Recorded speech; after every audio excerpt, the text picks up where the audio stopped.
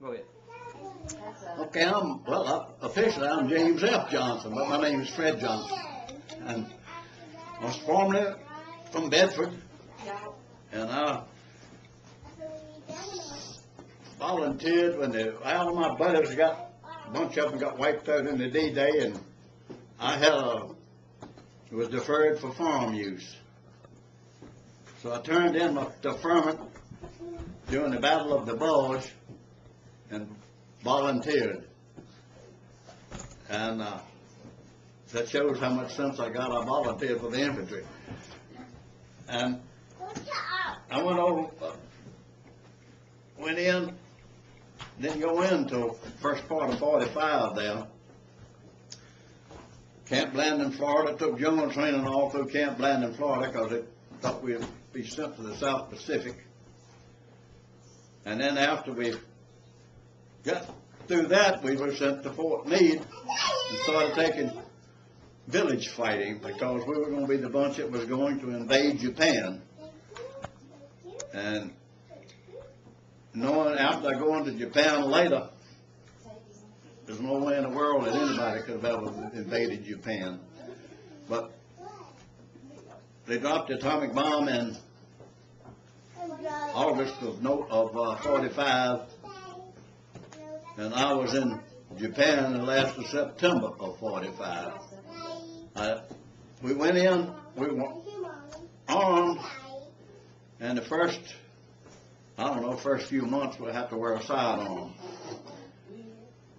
And then we didn't have to wear any more sidearms, and found out that the Japanese people were some of the most loveliest people in the world. And I stayed away almost 2 years. We had like a 2-year vacation off the farm.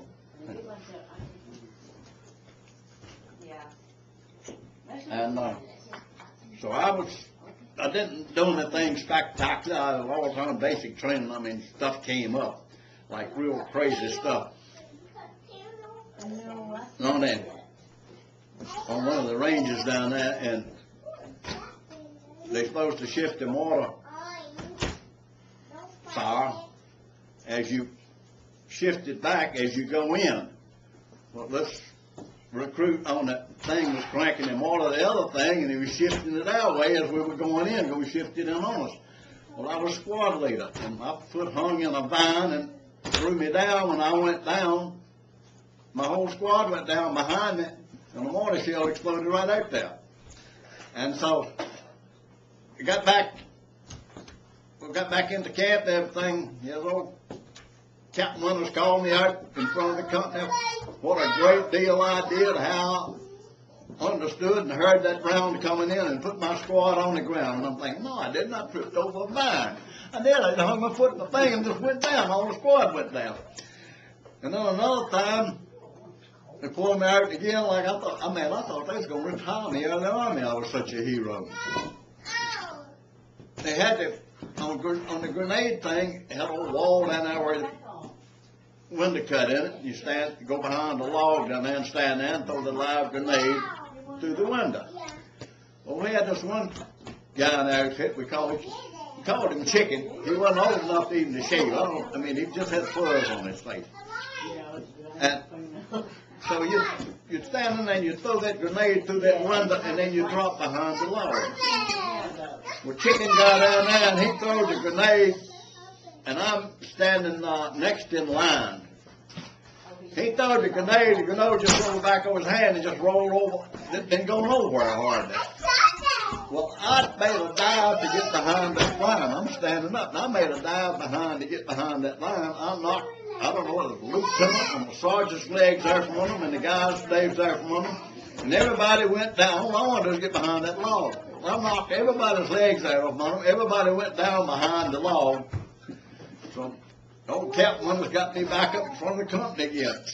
There's quick thinking of Private Johnson probably saved 2 or 3 lives beside his own. And I'm thinking, man, you got it all wrong. All I want to do is get behind that log. And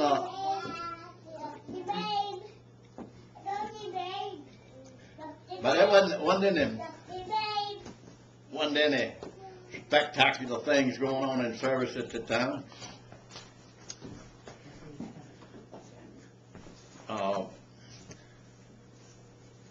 Bill Turpin, my buddy of mine, used to run around with in Bedford. He broke his leg marching one night. He went in before I did. He was in Camp Land and broke his leg. And so he was held over and we got back together. And so we went overseas together. And then he went up to Hokkaido, Japan. And I went into Japan and went up to Aomori at the northern end. He went on up to Hokkaido, the northern island. And then I stayed up there for a while. Came back to Hirosaki, Japan. And we were snowbound out, and I ate enough Spam to load a freight train out. All I ate was Spam. And